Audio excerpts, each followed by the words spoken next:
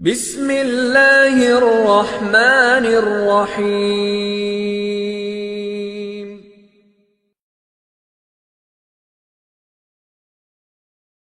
السلام عليكم ورحمة الله. إن الحمد لله نحمده ونستعينه ونستغفره ونعوذ بالله من شرور أنفسنا ومن سيئات أعمالنا. من يهده الله فلا مضل له ومن يضلله فلا هادي له. وأشهد أن لا إله إلا الله وحده وأشهد أن محمدا عبده ورسوله وما بعد.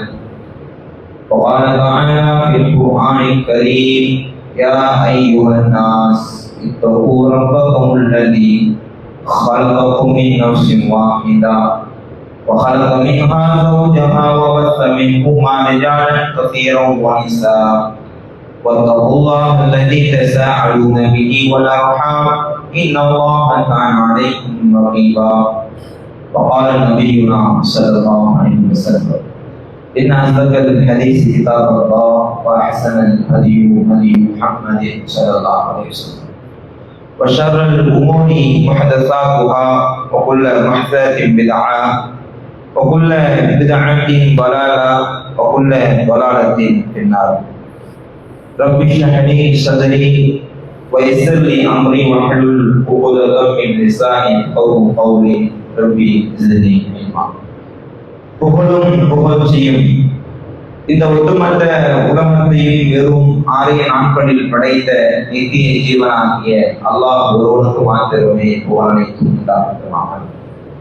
அந்த ஏக இறைவனுடைய அன்பும் அருளும் பற்றாத நிகரில்லாத பெருங்கருணையும் உயிருக்கும் மேலாக நேசிக்கக்கூடிய பின்பற்றுவதற்கு தகுதியான நபிகள் பெருமகனார் ஸல்லல்லாஹு அலைஹி வஸல்லம் மன்னவர்கள் மீதும் நபிகளாருடைய வாழ்க்கை நிலையை அப்படியே பின்பற்றி வாழ்ந்து மறைந்த சத்திய சஹாபாக்கள் மீதும் சஹாபி பெண்கள் மீதும் தாபியீன்கள் மீதும் தபா தாபியீன்கள் மீதும் இந்த ஓரிரை கொள்கையை மக்கள் மத்தியில் எடுத்து சொல்லக்கூடிய அத்தனை நல்ல இமாம்கள் மீதும் குறிப்பாக இந்த ஜும்ஆவுடைய நாளிலே முழு நன்மைகளை பெற வேண்டும் என்கின்ற ஒரு உயர்ந்த நோக்கத்திலே நிறைந்து வந்து அமர்ந்திருக்கக்கூடிய நம் அனைவர்கள் மீதும் அல்லாஹ்வுடைய அன்பும் அவனுடைய மன்னிப்பும் அவனுடைய கருணையும் நம் அனைவர்கள் மீதும் உண்டாகட்டுமா என்ற பிரார்த்தனையோடு எனது உரையினை நான் துவங்க கடமைப்பட்டிருக்கிறேன். எல்லாம் அல்ல அல்லாஹ்வின் நல்லடியார்களே, அல்லாஹ்வுடைய மகத்தான அருளால் அல்லாஹ்வால் அங்கீகரிக்கப்பட்ட மார்க்கம் இஸ்லாம். இன்ன தீன இன்தல்லாஹில் இஸ்லாம். அல்லாஹ்விடத்திலே மார்க்கம் என்பது இஸ்லாம் மாத்திரம்தான். இஸ்லாம் அல்லாத எத்தனை கொள்கை கோட்பாடுகள் சித்தாந்தங்கள் இருந்தாலும் அதனை அல்லாஹ் ரப்பல் ஆலமீன் ஏற்றுக்கொள்வதே கிடையாது. இஸ்லாம் என்கின்ற மார்க்கம் மாத்திரம்தான் அல்லாஹ்விடத்திலே கபூல் செய்யப்பட்ட அங்கீகரிக்கப்பட்ட ஒரு மார்க்கம். அப்ப அல்லாஹ்வால் அங்கீகரிக்கப்பட்ட ஒரு மார்க்கத்திலே வாழக்கூடிய ஒரு வாக்கியத்தை அல்லாஹ் ரப்பல் ஆலமீன் நமக்கு வழங்கியிருக்கிறார். அல்லாஹ்வுடைய தூதர் நபிகள் நாயகம் ஸல்லல்லாஹு அலைஹி வஸல்லம் மன்னவர்கள் தங்களுடைய காலத்திலே உருவாக்கிய சத்திய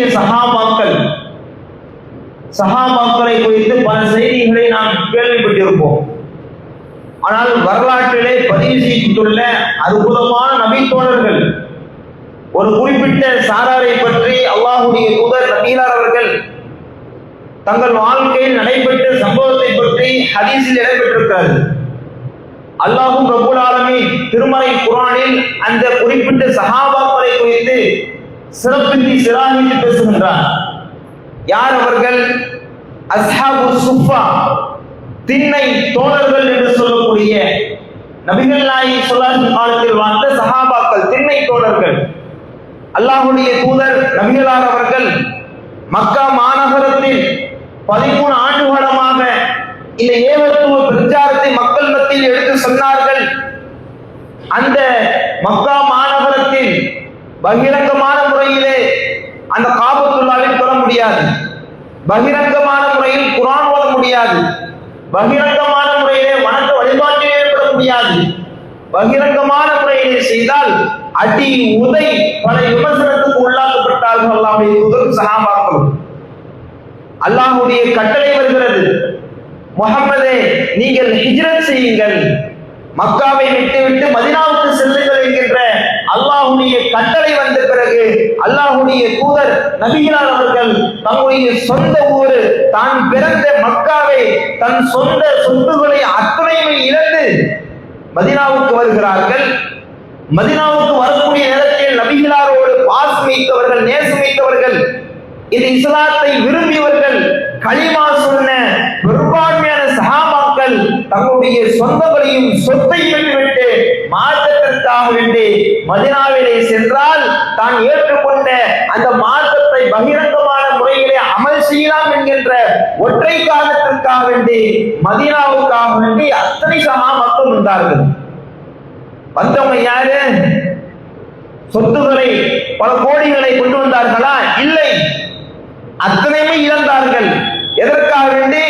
ஒரே ஒரு வார்த்தைக்காக வேண்டி, லா இலாஹ இல்லல்லாஹ் முஹம்மது ரசூலுல்லாஹ் என்ற கலிமாவுக்காக வேண்டி அந்த சஹாபாக்கள் அத்தனை சொத்துகளும் இழந்து மதீனாவுக்கு வருகிறார்கள். வந்த பிறகு அல்லாஹ்வுடைய தூதர் நபிகள் என்ன செய்றாங்க? மதீனா வாசிகளில் சிலர் இஸ்லாத்தை ஏற்றிருந்தார்கள். மக்கா வாசிகளுக்கு மத்தியில், மதீனா வாசிகளுக்கு மத்தியிலே ஒரு சகோதரத்துவத்தை ஏற்படுத்துகிறார்கள். ஒரு மக்கா வாசியை கூப்பிட்டு நீங்க மதீனாவில உள்ள இந்த சஹாபி வீட்டில் தங்கிக் கொள்ளுங்கள் என்று பிரித்து விடுகிறார்கள். மீதமாக ஒரு 70 சஹாபாக்கள் மக்காவிலிருந்து வந்த அந்த மக்காவாசி ஒரு 70 நபர்கள் இருக்கிறார்கள். தங்கறதுக்கு வீடு இல்லை, இடம் இல்லை. நபிகள் என்ன செய்றாங்க? மஸ்ஜித் நபவி என்கின்ற பள்ளிவாசலுடைய திண்ணை இருக்கிறது. அந்த பள்ளிவாசலுடைய திண்ணையில தான் இந்த 70 சஹாபாக்கள் தங்கினார்கள். அதனாலதான் ஹதீஸ் புத்தகத்திலே பதிவு செய்யப்படுகிறது, அஸ்ஹாபு சுஃபா, திண்ணை தோழர்கள். வீடு இல்லாமல், வாசல் இல்லாமல், குடும்பம் இல்லாமல், யாருமே இல்லாமல் மிகப்பெரிய ஒரு பாதிப்பான ஒரு சூழ்நிலையிலே அந்த சஹாபாக்கள் 70 சஹாபாக்கள் பள்ளியுடைய திண்ணையை தங்கினார். ஏன் இந்த நிலை? அவர்கள் நினைத்திருந்தால் மக்காவே இருந்திருக்கலாம், எனக்கு அல்லாஹ் தேவையில்லை, ரசூல் தேவையில்லை, கலிமா தேவையில்லை, மார்க்கம் வேண்டாம் என்று இருந்திருந்தால் அவர்கள் மக்காவிலே சுகமுகமாக வாழ்ந்திருக்கலாம். மார்க்கத்திற்காக வேண்டி அத்தனைமை இழந்து வந்த இடத்துல மதீனாவில பார்த்தா வீடு இல்லை, பள்ளியுடைய திண்ணையில தங்கினார்கள். பள்ளிவாசல் எப்படி இருந்தது? இன்றைக்கு அல்ஹம்துலில்லாஹ் இந்த பகுதியில பள்ளிவாசல் பார்த்தால் பிரமாண்டமாக இருக்கிறது, அல்லாஹ் அருள் செய்திருக்கிறான். ஆனால் நபிகள் காலத்தில் அந்த மஸ்ஜித் நபவி பள்ளிவாசல் எப்படி இருந்தது? அபூ சயீத் அல்-குத்ரி அவர்கள் அறிவிக்கிறார்கள், சஅல்து அபூ சயீத் அல்-குத்ரி ஃபகால ஜஅஅத் ஸஹாபத்து ஃபமத்தல. அபூ சயீத் அல்-குத்ரி அவர்கள் மதீனா பள்ளிவாசலுக்காக தொழ செல்கிறார்கள். அப்படி தொழ சொல்லக்கூடிய நேரத்தில் மழை பெய்ய ஆரம்பித்தது. சொன்னார், தொழுகைக்காக நேரம் வந்து விட்டது. தொழுகைக்காக இகாமத் சொன்ன அந்த நேரத்தில் சஹாபாக்களும் திண்ணையில தங்கிய அந்த முஹாஜிர்களும் என்ன செய்றாங்க? சஃப்ல இருக்கிறார்கள். சஃப்ல நிற்கக்கூடிய நேரத்தில் மழை மிக வேகமாக கொட்டுகிறது. அந்த மேல் கூரை எப்படி இருந்தது? ஹதீஸ்ல சொல்லப்படுகிறது, மஸ்ஜித் நபவியுடைய மேல் கூரை என்பது பேரித்த மரத்தினுடைய மட்டைகளால் செய்யப்பட்டது. நல்ல பில்டிங்காக பிரமாண்டமாக இல்லை, பேரித்த மரத்துடைய மட்டையால் செய்யப்பட்ட மேல் கூரை. கடுமையான முறையில் மழை பொழிந்தால் பள்ளிவாசலுக்குள்ள சன்னதியாக மாறிவிடும். அபூ சயீத் அல்-குத்ரி சொல்றாரு, நபிகளார் அவர்கள் இமாமாக நின்று தொழுகிறாங்க, ருக்கு செய்றாங்க, சஜதா செய்தார்கள். சஜதா என்ன செய்தார்கள்? ஃபில் மாய் வத்தீன், மண்ணால் தண்ணீரால் குழம்பிய நிலையிலே சேற்றிலே அல்லாஹ்வுடைய தூதர் தன் நெற்றியை வைத்தார்கள். தொழ முடித்த பிறகு ராய்து ஃபீ ஜஹபதிஹி, அவர் சொல்கிறார், நான் ரசூலுடைய நெற்றியை பார்த்தேன், நெற்றி முழுக்க சகதியா இருந்தது. மழை காலத்தில் மஸ்ஜித் நபவி பள்ளிவாசல தங்க முடியாது, மிகப்பெரிய ஒரு பலகீனமான ஒரு பள்ளிவாசலாக இருந்தது. அந்த இடத்துல யார் தங்கினா? 70 சஹாபாக்கள். வீடு இல்லாமல், வாசல் இல்லாமல் மக்காவில் இருந்து மதீனாவுக்கு வந்தார்களே, திண்ணையில தங்கினார்களே. மழை காலத்தில் தொழ முடியாது, மழை காலத்தில் அந்த 70 சஹாபாக்களால் தூங்க முடியாது. எவ்வளவு சிரமப்பட்டிருப்பார்கள் யோசித்து பாருங்கள்.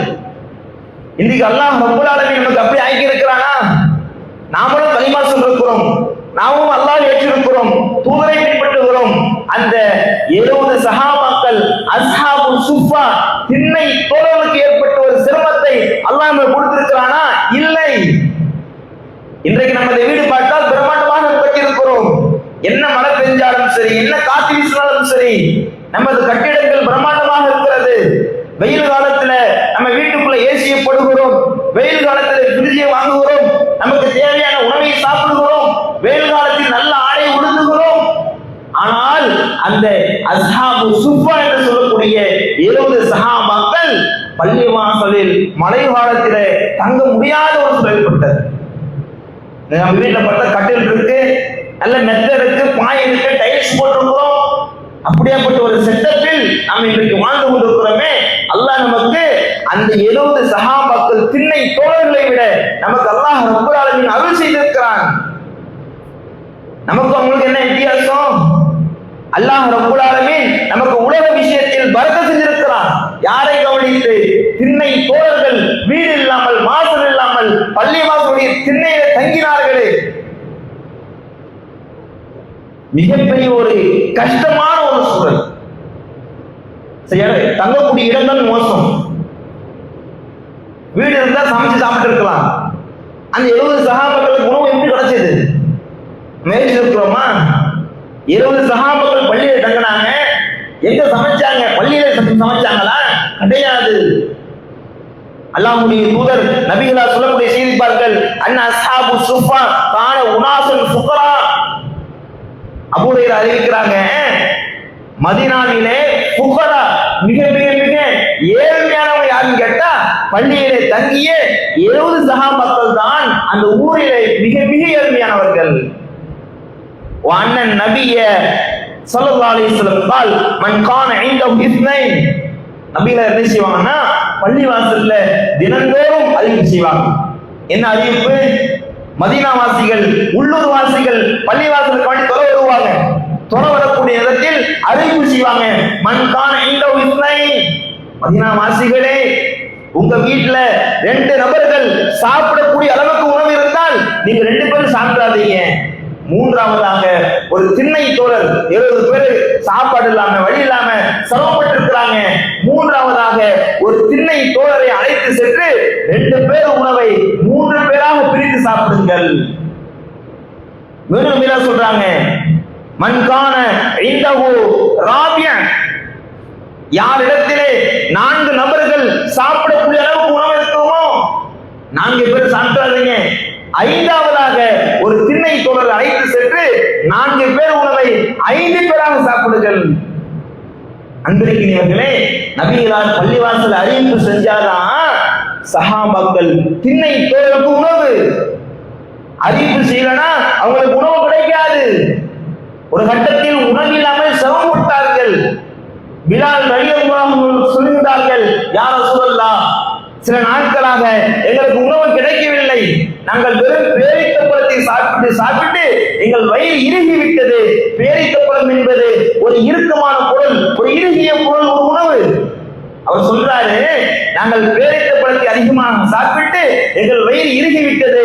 நாங்கள் மலர்ஜலம் கரைக்கு சென்றால் எங்களுக்கு ரொம்ப சிரமமா இருக்கு யா ரசூலல்லாஹ்.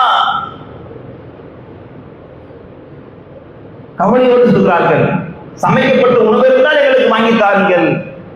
நபிகளார் சொல்றாங்க, யா பிலால், பிலாலே, சமைக்கப்பட்ட உணவு எனக்கு வந்திருந்தால் நான் உங்களுக்கு கொடுத்திருக்க மாட்டேனா? ஒரு சில கட்டத்தில் அந்த திண்ணை தோழருக்கு உணவு இல்லாத நேரத்தில் பேரித்த பழத்தை மாத்திரம் சாப்பிட்டுக் கொண்டு தங்கள் வாழ்க்கையை கழித்தார்களே. அன்பிற்கிறவர்களே, இன்றைக்கு ரப்பல் ஆலமீன் நமக்கு உணவு விஷயத்துல அல்லாஹ் குறைவித்தானா? யோசியுங்கள். இன்றைய காலத்தில் காலை உணவு பார்த்தா பல வகையான உணவு, இட்லி, பூரி, சப்பாத்தி சாப்பிடுறோம். மதிய நேரத்துல இன்னைக்கு வெள்ளிக்கிழமை நிறைய வீட்டுல கறியாக இருக்கும், மீனாக இருக்கும். நமக்கு பிடித்த மாமிசத்தை கறியை வாங்கி சமைக்கிறோம், சாப்பிடுகிறோமே. நமக்கு பிடித்த உணவை நம்ம சமைக்கலாம், ருசியாக புசிக்கிறோமே. ஆனால் அந்த 70 சஹாபாக்களுக்கு நபிகளார் பள்ளிவாசல் அறிவிப்பு செஞ்சாலும் உணவுக்கு வழி இல்லாமல் சிரமப்பட்டார்கள். இன்றைக்கு அல்லாஹ் ரப்பல் ஆலமீன் நம்ம அனைவருக்கும் உணவு விஷயத்திலே பரக்கத் செஞ்சிருக்கிறான். அஸ்ஹாபு சுஃபா திண்ணை தோழர்களை கவனித்து. ஒரு குட்டி செல்வத்துல வாழ்றோங்க. நம்ம நினைச்சா பெட்டி குடிப்போம், நைட்ல நினைச்சு சாப்பிடுறோம், நினைச்சா ஜூஸ் குடிக்கிறோம், நினைச்சா வெளியே சுத்துறோமா இல்லையா? நினைச்சதை சாப்பிடுகிறோமே. எப்படி சொர்க்கத்தில் நாம் நினைத்ததெல்லாம் வருமோ அதே போல நினைத்த பொருளை சாப்பிடக்கூடிய நாம் அந்த அஸ்ஹாபு சுஃபா திண்ணை தோழர்களுக்கு நினைத்தால் எதுவுமே கிடைக்காது. வெளியே போய் எதுவுமே சாப்பிட முடியாது. காசு இல்ல, பொருளாதாரம் இல்ல. உலக விஷயத்திலே அல்லாஹ் ரப்பல் ஆலமீன் அந்த அஸ்ஹாபு சுஃபா திண்ணை தோழர்களுக்கு மிகப்பெரிய ஒரு பலத்த அடியை கொடுத்தான், சிரமத்தை கொடுத்தான். என்னதான் சிரமம் கொடுத்தாலும் அந்த அஸ்ஹாபு சுஃபா திண்ணை தோழர்கள் ஈமானை இழக்கவில்லை. உணவு இழந்தாங்க, தங்கும் இடத்தை இழந்தாங்க, சொந்தங்களை இழந்தாங்க, எல்லாத்தையும் இழந்தார்கள். ஈமானை இழக்கவில்லை, இஹ்லாஸ் இழக்கவில்லை, இபாதத்தை இழக்கவில்லை. மார்க்க விஷயத்தில் அல்லாஹ்வுக்கு பிடித்த மாதிரி தங்கள் வாழ்க்கையிலே அவர்கள் செயல்பட்டார்கள். இன்னைக்கு ஒரு சாதாரணமா ஒரு சின்ன பிரச்சனை என்னது? சிலிண்டர் தட்டுப்பாடு, கச்சா எண்ணெய் போக்குவரத்து இல்லை. ஈரான் அமெரிக்காவுடைய போர்க்களத்தின் காரணமாக ஏற்றுமதி இறக்குமதி இல்லை. ஒரு சிலிண்டர் கிடைக்காத ஒரு நேரத்திலே நாம் சிரமம் பெறுகிறோமே, இதெல்லாம் ஒரு சிரமமா? இதெல்லாம் ஒரு பயமா? யாரை கவனித்து? அஸ்ஹாபு சுஃபா அவர்களுக்கு உணவு விஷயத்தில் மிகப்பெரிய வறுமை அல்லாஹ் கொடுத்தானே, அவர்களை கவனித்து நமக்கெல்லாம் உணவு விஷயத்துல ஒரு சோதனை அல்லாஹ் கொடுக்கல. நமக்கு ஒரு பிரச்சனை, ஒரு சண்டை, ஒரு கஷ்டம், ஒரு வறுமை வந்தா அவங்க நினைச்சு பாருங்க, எல்லாமே ஓடிடும். காசு இல்லையா? திண்ணை தோழர் நினைங்க. இன்னைக்கு உணவு இல்லையா? திண்ணை தோழர்கள் அஸ்ஹாபு சுஃபா நினைத்து பாருங்கள். பல நாட்களாக உணவு இல்லாமல் பேரின்பத்தை மாத்திரம் சாப்பிட்டு தங்கள் வாழ்க்கை கழித்தார்களே. அவங்க வரலாறை நம் மௌத் வரைக்கும் நாம் ஞாபகம் வைக்கின்ற பொழுது நமக்கு ஏற்படக்கூடிய பிரச்சனையே கிடையாது. இது எந்தளவு? அபூ ஹுரைரா அவங்க சொல்றாங்க, நான் ராயித்து 70 மின் அஸ்ஹாபு சுஃபா. நான் பள்ளிவாசலுக்கு போனேன். பள்ளிவாசல்ல 70 சஹாபாக்களை பார்த்தேன். திண்ணையில தங்கி 70 சஹாபாக்கள். அவருடைய மேடையை பார்த்தேன். மா மின்ஹும் ரஜுலுன் அலைஹி ரிதாவுன் இம்மா இஸாரன் வ இம்மா கிசான். அபூ ஹுரைரா அவங்க சொல்றாங்க, 70 சஹாபாக்கள் மத்தியிலே அவருடைய உடலில் யாருடைய உடலிலும் 2 ஆடையே கிடையாது, ஒரே ஒரு ஆடை தான். இம்மா இஸாரன் வ இம்மா கிசான். ஒன்று மேலாடை இருக்கும், இல்லை என்றால் கீழாடை இருக்கும். யார் மேலாடை வைத்திருப்பாரோ அவங்க கழுத்தில் இருந்து கால் வரை மறைத்துக் கொள்வார்கள். யார் கீழாடை வைத்திருப்பார்களோ அவர்கள் காலில் இருந்து கழுத்து வரை சுற்றிக் கொள்வார்கள். ஒரே ஒரு ஆடை தான். 70 சஹாபாக்களுக்கும் வெறும் ஒரே ஆடை, 2 ஆடையே கிடையாது. எப்படியாப்பட்ட ஒரு வறுமை! இன்னைக்கு நமக்கு எடுத்து பாருங்கள். ஜும்மா அன்று மேல ஒரு சட்டை, கீழே கைலி அல்லது பேண்ட் போடுறோமா இல்லையா? சட்டைக்குள்ள பனியன் போடுறோம். சில பேருக்கு சட்டையும் பிடிக்காது, டிஷர்ட் மட்டும் போடுவாங்க. சட்டைக்கு தோதுவா மேட்சா பேண்ட் போடுவாங்க, பேண்ட்டுக்கு தோதுவா ஷூ போடுவாங்க, செருப்பு போடுவாங்க, வாட்சி வெட்டுவாங்க. எப்படியாப்பட்ட ஒரு வர்க்கத்துங்க! பெண்கள் இடத்துல பார்த்தா அவ்வளவு புடவைகள், அவ்வளவு ஆடைகள் இருக்கும். பீரோவை திறந்து பார்த்தா அப்படியே நூற்றுக்கணக்கான ஆடைகள் இருக்கும். ஆண்கள் பீரோவை திறந்து அவ்வளவு துணி இருக்கும். வீட்டுல பசங்க இருப்பாங்க, ஸ்கூல் யூனிஃபார்ம், விளையாட்டு uniform, Ramzan dress, Bakrid dress, night dress, ஒவ்வொரு நேரத்திற்கும் ஒரு நாளைக்கு 2 டிரெஸ் 3 டிரெஸ் யூஸ் பண்றோம்.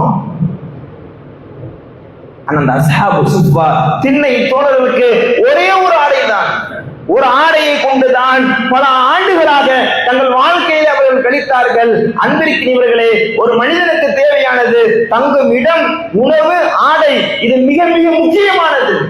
இந்த 3 விஷயத்திலும் அந்த அஸ்ஹாபு சுஃபா பலவீனமாக இருந்தார்கள். அல்லாஹ் ரப்பல் ஆலமீன் உலக விஷயத்திலே அவர்களை ஜீரோவா ஆக்கினான். அவர்களை கவனித்து அல்லாஹ் ரப்பல் ஆலமீன் நமக்கு உலக விஷயத்தில், தங்கும் விஷயத்தில், சாப்பிடக்கூடிய விஷயத்தில், ஆடை விஷயத்தில் நமக்கு பரக்கத் செய்திருக்கிறான். நமக்கும் அவங்களுக்கு என்ன வித்தியாசம்? ஒரே வித்தியாசம், அவங்க உலக விஷயத்துல 0வா இருந்தாங்க, நாம உலக விஷயத்தில் அல்லாஹ் நமக்கு 100% நமக்கு நல்ல பரக்கத் செஞ்சிருக்கிறான். ஆனால் அவர்கள் ஈமான் விஷயத்தில் சரியாக இருந்தார்கள், அதிகமாக அல்லாஹ்வுக்கு பயந்தார்கள், மார்க்கத்தை பின்பற்றினார்கள். அதே மார்க்க விஷயத்தில் இன்றைக்கு நாம நமது வாழ்க்கை கேள்விக்குறி, ஃபஜ்ர் தொழுகை கேள்விக்குறி, குர்ஆன் ஹதீஸை பின்பற்றுவதில் கேள்விக்குறி, மார்க்க விஷயத்தில் கேள்விக்குறி, பேச்சிலே கேள்விக்குறி, பார்வையிலே கேள்விக்குறி, கேட்கும் விஷயத்தில் கேள்விக்குறி. 100% நான் ஒரு சஹாபியை போல வாழ்ந்தேன் என்று நம்மால் சொல்ல முடிகிறதா? அன்பிற்குரியவர்களே, மார்க்க விஷயத்தில் முழுக்க முழுக்க அல்லாஹ்வுக்கு கட்டுப்பட்டு தங்களுடைய உலகத்திலே வாழ்க்கையை அவர்கள் செயல்பட்டார்கள். இன்றைக்கு நாம் மார்க்க விஷயத்தை எடுத்து பார்த்தால் கேள்விக்குறி. சொல்ல முடியுமா? என்னுடைய லுஹர் தொழுகையை நான் தொழுத ஃபஜ்ர் தொழுகையை அல்லாஹ் கண்டிப்பா ஏற்றுப்பான் என்று உறுதியா சொல்ல முடியுமா? நமது எல்லா அமலும் அது ஏற்றுக்கொள்ளப்பட்டதா இல்லையா என்று இந்த உலகத்தில் நமக்கு தெரியாது. ஆனால் சஹாபாக்கள் செய்த அத்தனை அமல்களையும் அல்லாஹ் ஏற்றுக்கொண்டான். எப்படி ஏற்றுக்கொண்டான்? திருமறை குர்ஆனிலே அல்லாஹ் சொல்லி காட்டுகின்றான், இன்னல்லாஹ் இஷ்தரா மினல் முஃமினீன அன்ஃபுஸுஹும் வ அம்வாலுஹும் பிஅன்ன லஹுமுல் ஜன்னah. நாம் மனிதர்களிடத்திலே உறுதிமொழி எடுத்திருக்கிறோம். எதற்கு பகரமாக? உங்கள் பொருளாதாரமும் உங்கள் உயிரும் சொர்க்கத்திற்கு பகரமாக நீங்கள் தியாகம் செய்ய வேண்டும் என்கின்ற ஒரு உறுதிமொழியை அல்லாஹ் நம்மிடத்தில் எடுத்திருக்கிறான். இந்த உறுதிமொழியை சஹாபாக்கள், திண்ணை தோழர்கள் நிறைவேற்றினார்கள். அல்லாஹ் சொல்லி காட்டுகின்றான், மினல் முஃமினீன ரிஜால், மூமின்களில் இருந்து சில மனிதர்கள் சதகு மா அஹதல்லாஹு அலைஹி, அல்லாஹ் இடத்திலே எந்த ஒப்பந்தம் செய்தார்களோ தன்னுடைய பொருளாதாரமும் தன்னுடைய உயிரையும் மார்க்கத்திற்காக விட்டு சொர்க்கத்தை சிலர் பெற்றுக் கொண்டார்கள், அதை உண்மைப்படுத்தினார்கள் என்று சொல்லி அல்லாஹ் ரப்பல் ஆலமீன் திண்ணை தோழர்களை பற்றி பேசுகின்றான். இன்னும் என்கிறது அல்லாஹ் சொல்லி காட்டுகின்றான், அந்த திண்ணை தோழர்கள் யார் தெரியுமா? அல்லதீன ஆமனு, ஈமான் கொண்டார்கள், வஹாஜரு, மக்காவில் இருந்து மதீனாவுக்கு ஹிஜ்ரத் செய்தார்கள், வஜாஹது ஃபீ சபீலில்லாஹ், அல்லாஹ்வுடைய போர்க்களத்திலே கலந்து கொண்டார்கள். அத்தகைய சஹாபாக்கள் யாரென்று கேட்டால் பி அம்வாலிஹிம் அன்ஃபுஸிஹிம், அந்த சஹாபாக்கள் தங்கள் பொருளாதாரத்தையும் தங்களுடைய உயிரையும் அல்லாஹ்வுடைய பாதையிலே தியாகம் செய்தார்கள். அலமு தரஜத்தின் இன்தல்லாஹ், அந்த திண்ணை தோழர்கள் என்னிடத்தில் தரஜா, அந்தஸ்தால் உயர்ந்தவர்கள். யாருங்க சொல்றா இது? இந்த ஒட்டுமொத்த உலகத்தையும் படைத்த அந்த அல்லாஹ் சொல்லக்கூடிய செய்தியை பாருங்கள். அஸ்ஹாபு சுஃபானுடைய அந்த தியாகத்தை, அந்த ஹிஜ்ரத்தை, அந்த அல்லாஹ்வுடைய பாதையில் செலவு செய்யக்கூடியதை, ஷஹீதை அல்லாஹ் ஏற்றுக்கொண்டு அல்லாஹ் ரப்பல் ஆலமீன் அவர்கள் என்னிடத்தில் அந்தஸ்தால் உயர்ந்தவர் என்று சொல்லி சிறப்பித்து சிராகி பேசுகின்றான். இன்றைக்கு நாம் நமது கண்ணியம், நமது அந்தஸ்து எப்படி இருக்க வேண்டும்? மார்க்க விஷயத்தில் இருக்க வேண்டும். அல்லாஹ் ரப்பல் ஆலமீன் அந்த சஹாபாக்கள் மத்தியிலே தோற்றத்தை பார்க்கவில்லை, காசை பார்க்கவில்லை, சொத்துக்களை பார்க்கவில்லை. அந்த அஸ்ஹாபு சுஃபா திண்ணை தோழரிடத்திலே அவருடைய உள்ளத்தை பார்த்தான் அல்லாஹ், அவருடைய ஈமானை பார்த்தான், அவருடைய தொழுகையை பார்த்தான். அவருடைய ஈமானையும் தொழுகையும் பார்த்துதான் அல்லாஹ் சொல்கிறான், அவர்கள் என்னிடத்தில் அந்தஸ்தால் உயர்ந்தவர்கள். இன்னைக்கு நம்ம யார் உயர்ந்தவரா பார்க்கிறோம்?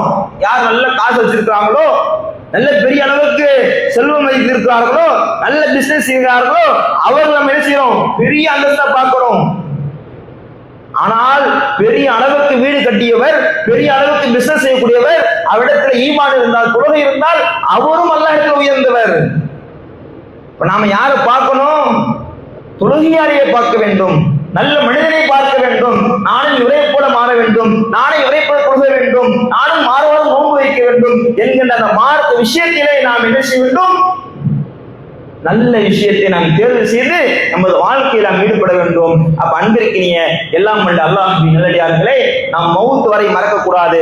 அஸ்ஹாபு சுஃபா எப்படி மார்க்கத்திற்காக வேண்டிய அந்த சின்னை தோழர்கள் தங்களுடைய சொந்த ஊரை சொத்துகளை இருந்து மார்க்கத்திற்காக தியாகம் செய்து அல்லாஹ்வுடைய மார்க்கத்தை சரியாக பின்பற்றி வாழ்ந்து மறைகிறார்களோ, அதே போல இன்ஷா அல்லாஹ் நானும் நீங்களும் ஒவ்வொரு ஆண்களும் பெண்களும் அல்லாஹ்வுக்கு பயந்து கட்டுப்பட்டு அந்த முஹாஜிரின்களை போல அஸ்ஹாபு சுஃபா திண்ணை தோழர்களை போல வாழ்ந்து மரணிக்கக்கூடிய பாக்கியத்தை வல்ல ரஹ்மான் உங்களுக்கும் எனக்கும் என் குடும்பத்திற்கும் உங்கள் குடும்பத்திற்கும் அல்லாஹ் ஆக்கி அருள்வானாக.